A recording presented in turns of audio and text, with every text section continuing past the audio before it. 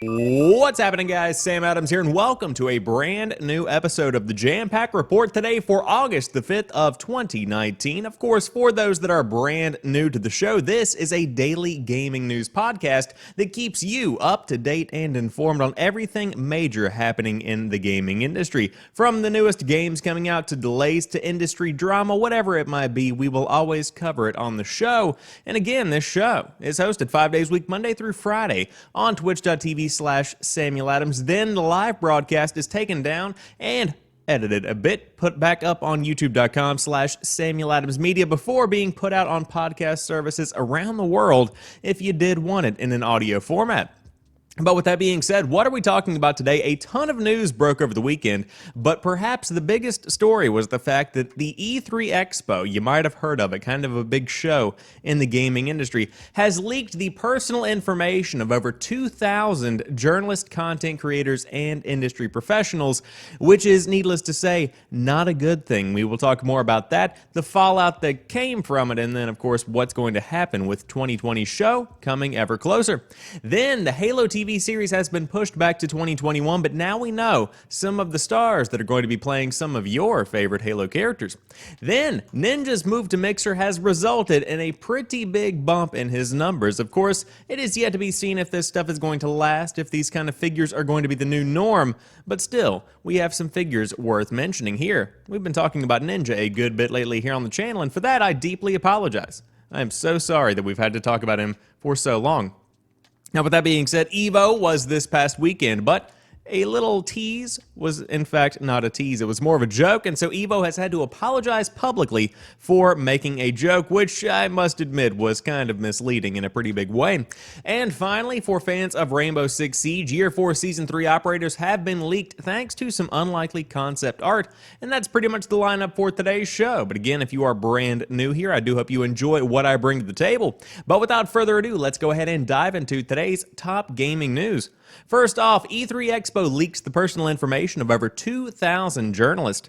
A spreadsheet containing the contact information and personal addresses of over 2,000 games journalists, editors, and other content creators was recently found to have been published and publicly accessible on the website of the E3 Expo. That's not good.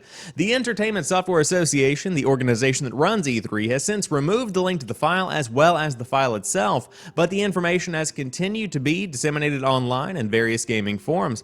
While many of the individuals listed in the documents provided their work addresses and phone numbers when they registered for E3, many others, especially freelance content creators, seem to have used their home addresses and personal cell phones, which has now been publicized. This leak makes it possible for bad actors to misuse this information to harass journalists. Two people say their private information appeared in the leak have informed Kotaku that they have already received crank phone calls since the list was publicized. The existence of this document was first publicized in a YouTube video that journalist Sophia Narwitz posted to her personal channel on Friday night. In her video, Narwitz described how the file could be accessed. Quote, "On the public E3 website was a web page that carried a link simply titled Registered Media List. Upon clicking the link, a spreadsheet was downloaded that included the names, addresses, phone numbers, and publications of over 2,000 members of the press who attended E3 this past year." Again, the E3 website has since been updated to remove this link, but cached versions of the site do indeed show a link titled Registered Media List used to appear on the Helpful Links page. For some time yesterday, even after the page was removed, clicking on the link in the easily accessible Google cached version of the page would download the spreadsheet from the E3 website's servers. Not a good move indeed. Before even considering making this story public, I contacted the ESA via phone within 30 minutes of having this information, Narwitz continued in her video. Worried that might not be enough, I also shot off an email not too long after. On top of that, I reached out to a number of journalists to make them aware of this. One reporter who asked to remain anonymous told Kotaku that he had been one of the people Narwitz contacted before publishing her YouTube video. That reporter says Narwitz told him she had first learned of the document's existence because someone had emailed her anonymously to say that they had discovered it and downloaded the information. After receiving this email, Narwitz purportedly then confirmed the file's existence herself. The reporter who says Narwitz contacted him told Kotaku that he had cautioned Narwitz against publicizing any information about the spreadsheet until after it had been removed from the ESA, of course, to ensure that people don't take advantage of the fact that the document's still readily available. But that's pretty much the gist of the story. Of course, they go on to talk more about how the page has been taken down, how the file has been removed, etc., etc. But that's the story of the weekend. That was the big headline where these industry professionals, these gaming journalists, had their information leaked, and that is incredibly dangerous, and it's incredibly worrisome for not only the future of E3 and for the security surrounding the event, but for the future of the, I guess, privacy of data of people that are very much so in the public eye, especially those that are in the gaming industry.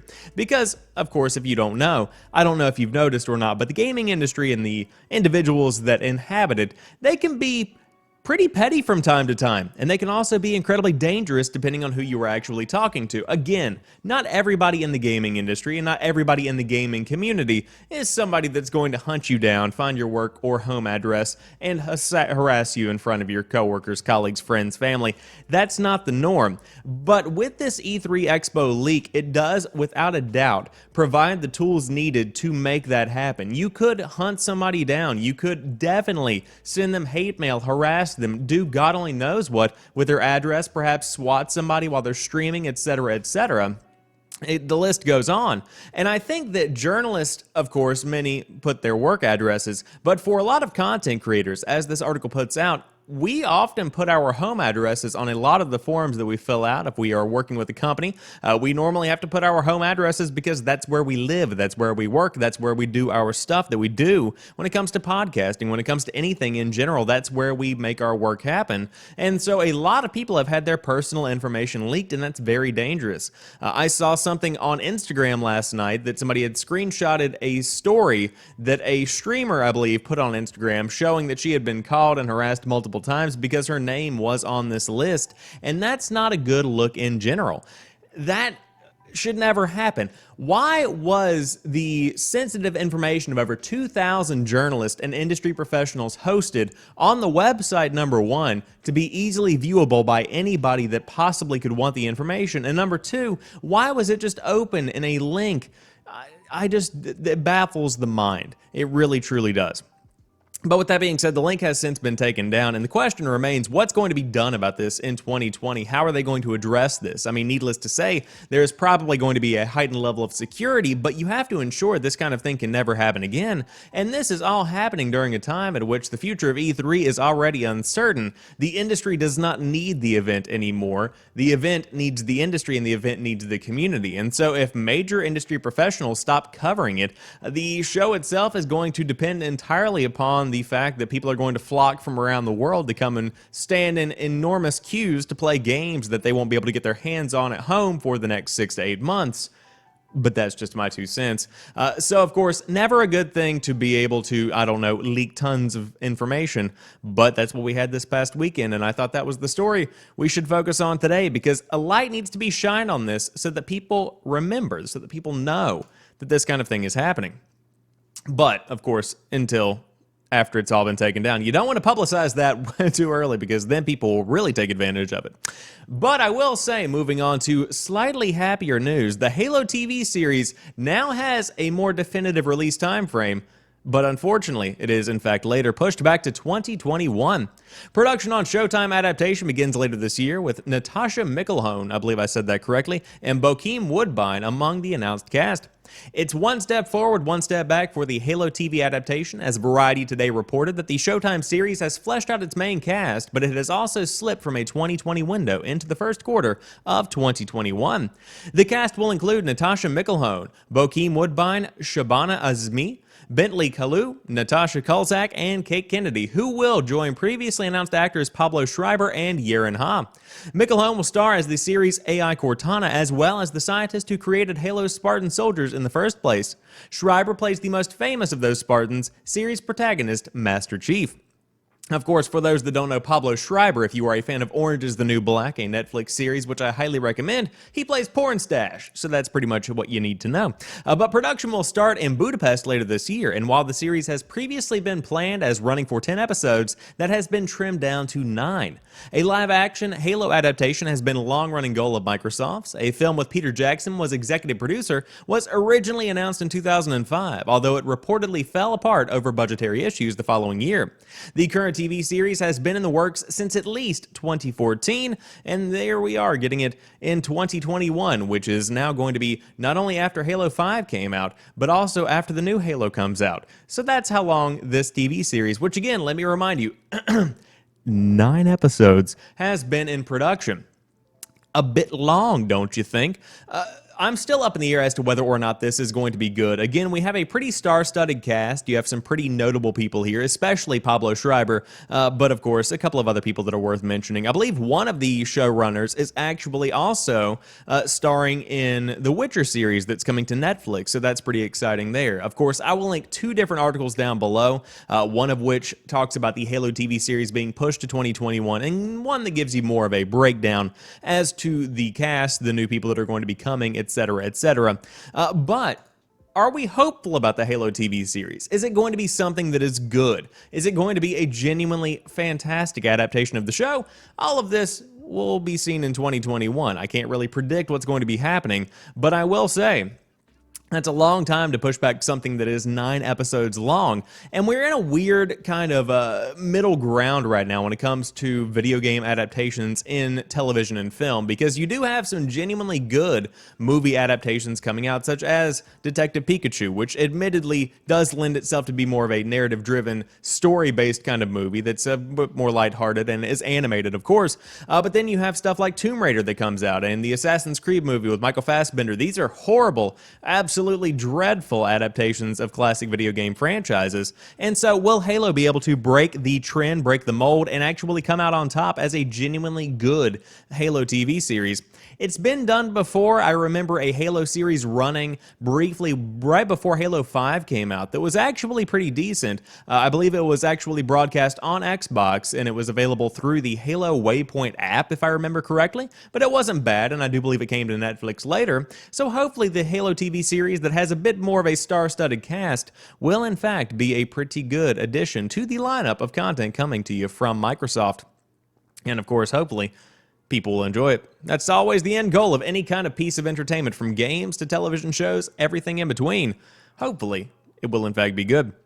But with that being said, let's move on and talk about Ninja's move to Mixer yet again. We've been making videos on this all weekend. That was Friday's main topic of the show, and then we also had a dedicated video talking about it all, if you do want to check that content out on the channel right now. But Ninja's move to Mixer has resulted in 500,000 subscribers and a huge surge in app downloads.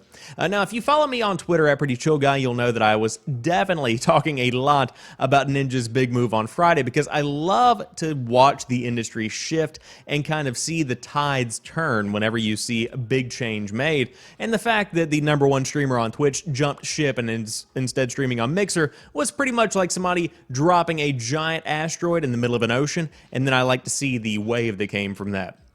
That's a pretty good way to describe that. But it is the early days yet. However, Ninja's move to Mixer is already looking like a success. The popular streamer is known for his Fortnite streams and was very popular on Twitch before the move. Earlier this year, EA paid him $1 million to promote Apex Legends on his stream. According to Screen Rant, over the weekend, as he streamed from Lollapalooza, Ninja's Mixer channel enjoyed immediate success. Thanks to a promotion Mixer is currently running that allows fans to subscribe to Ninja for free, he racked up 500,000 subscribers pretty quickly. And of course, there is a couple of a post from Ninja himself that says, "We have hit over 500,000 subscribers on Mixer. What better way to celebrate than some cake?" And of course, there he is eating a Red Bull themed cake, just as Ninja would do, since his sponsor is oh so energetic. It was a horrible way to say Red Bull. But as of right now, he has 633,232 followers and 3.8 million total views on the platform. On Twitch, he hit the 10 million follower goal, but did not have as many subscribers. This has also led to a surge in Mixer's popularity, as I'm sure they probably hoped when they paid out incredible amounts of money to this blue-haired individual. In the US, it rose to the top of the Apple App Store's free apps page as Ninja's fans flocked to it. In short, despite Mixer being less popular than Twitch, Ninja is going to continue being very, very rich. through the process. And so, if you are curious as to an update on the Ninja and Mixer situation, over 500,000 free subscriptions have been redeemed on his channel in the past weekend alone. Now, of course, that's going to drop drastically in the coming months whenever the, of course, promotion does end. It's running for about a month, so we should be seeing more accurate numbers about Ninja's sub count, if he does choose to release them, towards the end of September, the beginning of October. But it's still worth noting that 500,000 people not only visited his channel, but also took the time to redeem that free sub and, of course, click the follow button, which many people have followed. Again, we are at 633,232 followers as of the time of this article being published, and 3.8 million total views in just a few days on the platform. The dude is absolutely killing it when it comes to bringing in new people to Mixer, and also on top of that, actually hosting relatively entertaining streams. But I will say, because of Ninja's hosting style, it's a bit of a different situation. Because when it comes to Mixer, if you do have a specific amount of people watching, you don't necessarily have to pay attention to the chat, which sounds horrible, but whenever you have tons and tons and tons of people watching and commenting and clicking subscribe, and you have so many different notifications coming, often the streamer, Ninja in this case, will pretty much just ignore all of that altogether, focus on the game, being entertaining, etc., and occasionally pick out somebody's name in chat to read, maybe read their comment, stuff like that. The more people you have in the stream, the less you actually have to pay attention to what's happening in the chat itself. That's pretty much what I saw from Ninja. However, this is all doing nothing, bringing a ton of publicity to Mixer and doing nothing but actually elevating Ninja's status in the gaming community, because I've seen a ton of people taking Mixer more seriously over the weekend, a lot of people thinking about making the jump over there from Twitch to Mixer, especially smaller streamers. It's been crazy to kind of see the trend as it has gone and changed a couple of things over the weekend.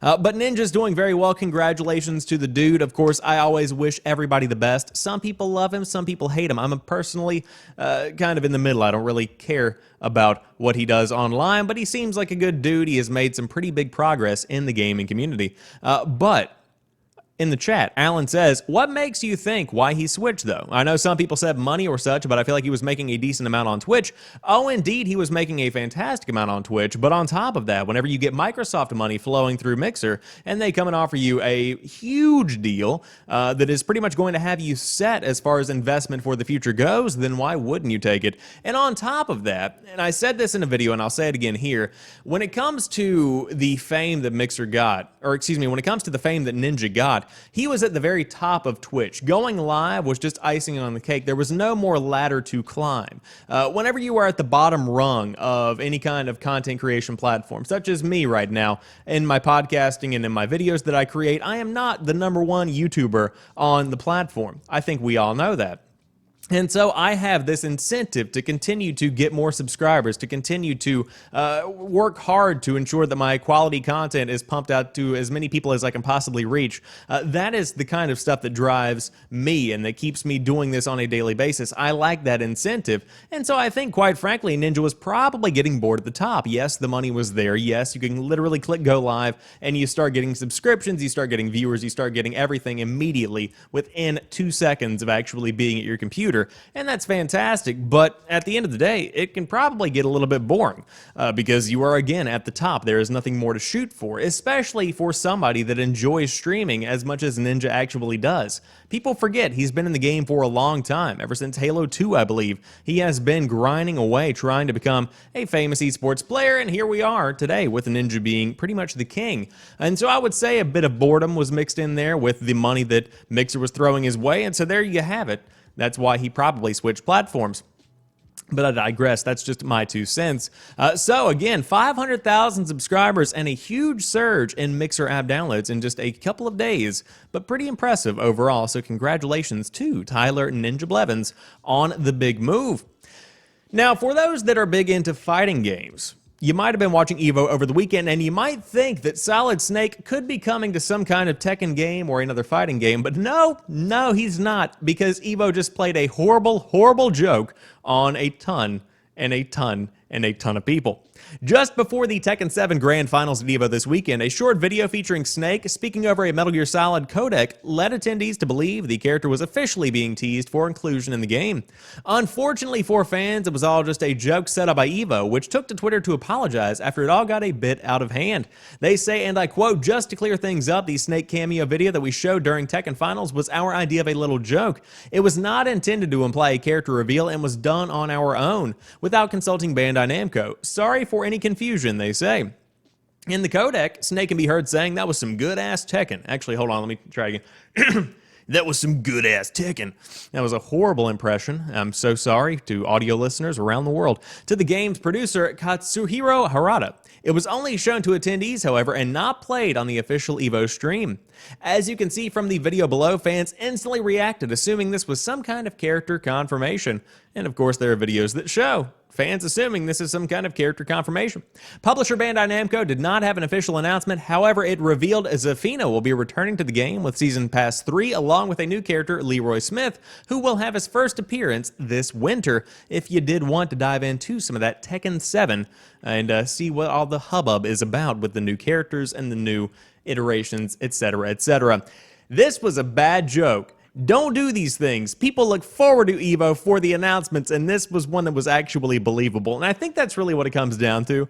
There are tons of these little jokes that are played throughout the gaming industry, but they all depend on the believability. Like, if you had said Kirby was coming to Tekken, I would say, I highly doubt that. But the fact that Solid Snake could actually come to Tekken in a world where you have people from The Walking Dead being included in fighting games, I don't see why you couldn't see this being a possibility. Of course, very weird gaming industry that we are in today. But I do wish this was a reality. But, of course, as we see in the chat, I mean, what did they expect? People were going to speculate. Absolutely. So whenever you have that shown up on the screen, even if it isn't on the official live stream, you have to assume people are still going to be seeing and hearing about it within a matter of moments. But if you are a fan of Tekken, don't worry. Solid Snake not going to be infiltrating your base anytime soon. Much to the chagrin of a lot of people that were actually excited. However, you might not be a big fan of fighting games, but to round out today's show, Rainbow Six Siege Y4S3 Season 3 operators have been leaked thanks to some concept art. Now, I will say we don't know the full detail as of right now, but we do have an idea of what could be coming. Our first look at two upcoming Rainbow Six Siege operators comes by way of concept art that could easily have been from a different game. The art for two Rainbow Six Siege operators, presumably coming with the game's Year 4 Season 3 DLC, has leaked. The pieces ended up on Reddit and appear to be taken from a production document. The two operators seem to be some sort of treasure hunters shown in what looks to be a South American archaeological site. Their gadgets don't appear in the concept art, so these could just be character reference images. Ooh. Earlier leaks suggested the attacker would have a grappling hook that allows them to go through the top hatches, whereas the defender will bring a deployable shield that shoots canisters. What? What a bad typo. That shoots canisters that spread fire. Reliable Siege leaker Cormora confirmed on Reset Era that the images are legitimate, and Ubisoft previously said Season 3 operators would hail from Mexico and Peru, so I suppose the art isn't completely bonkers. You can expect official trailers and teasers to start dropping soon. But again, this is pretty much the gist of what you've got so far. You got a couple of treasure hunters, looks like some Uncharted level stuff, but it very well could be a pretty cool addition to the Rainbow Six Siege character lineup, of which there are many operators available at your disposal. But of course, the grappling hook sounds pretty cool. The deployable shield is something we've seen in the game before, but I could see it happening again. At some point, they have to run out of ideas for Rainbow Six Siege operators. There's only so much that can actually be done to not only keep the balance in the competitive game, but on top of that, just in general, from a creative standpoint, there's only so much you can do in a pretty grounded SWAT-based approach to a game. You can only be so zany with what you come up with. And of course, much has been done when it comes to Rainbow Six Siege since its release all the way back in 2015, I believe, if I remember correctly. Could be 2016. But needless to say, it's been a long time since the game has come out, and a ton of updates have come, and I'm a big fan of what I have seen so far. The competitive scene for Rainbow Six Siege is thriving. The fans love it. Of course, it does have its ups and downs, much like the elevator business, but overall, the game itself is in a pretty good state right now, with improvements coming and more content to roll out. And I would not be shocked in the slightest to see Rainbow Six Siege become a cross-generational game, going from the PlayStation 4 and the Xbox One to Project Scarlet Scarlet and the PlayStation 5, presumably, assuming that is what it's going to be called. I could very well see this game continuing to grow and evolve because there is no reason to make it into a game that has a sequel. You can just continue to update it as a game, as a service, build a new engine. You can redo everything. It's kind of like a house from the 1950s. You can put a new foundation in. You can redo the walls. You can paint stuff. You can make it look nice and keep that same soul that the original house actually had, or in this case, the original game actually had. But that's just my 2 cents. We now have an idea of what we could be seeing from Year 4 Season 3 of Rainbow Six Siege. However, that being said, that rounds out today's episode of the Jampack Report. I do hope you enjoyed what I brought to the table, and if you did, be sure to click that subscribe button on the podcast feed as well as on youtube.com/SamuelAdamsMedia, or you can always click follow on the Twitch page and get notified when I go live with the podcast. Again, 5 days a week, Monday through Friday, on twitch.tv/SamuelAdams. But for those hanging out live in the chat, I do appreciate you being here. I hope you have a fantastic rest of your day. I just got off work, so I'm probably going to go to bed right now. It is approximately 8:30 in the morning.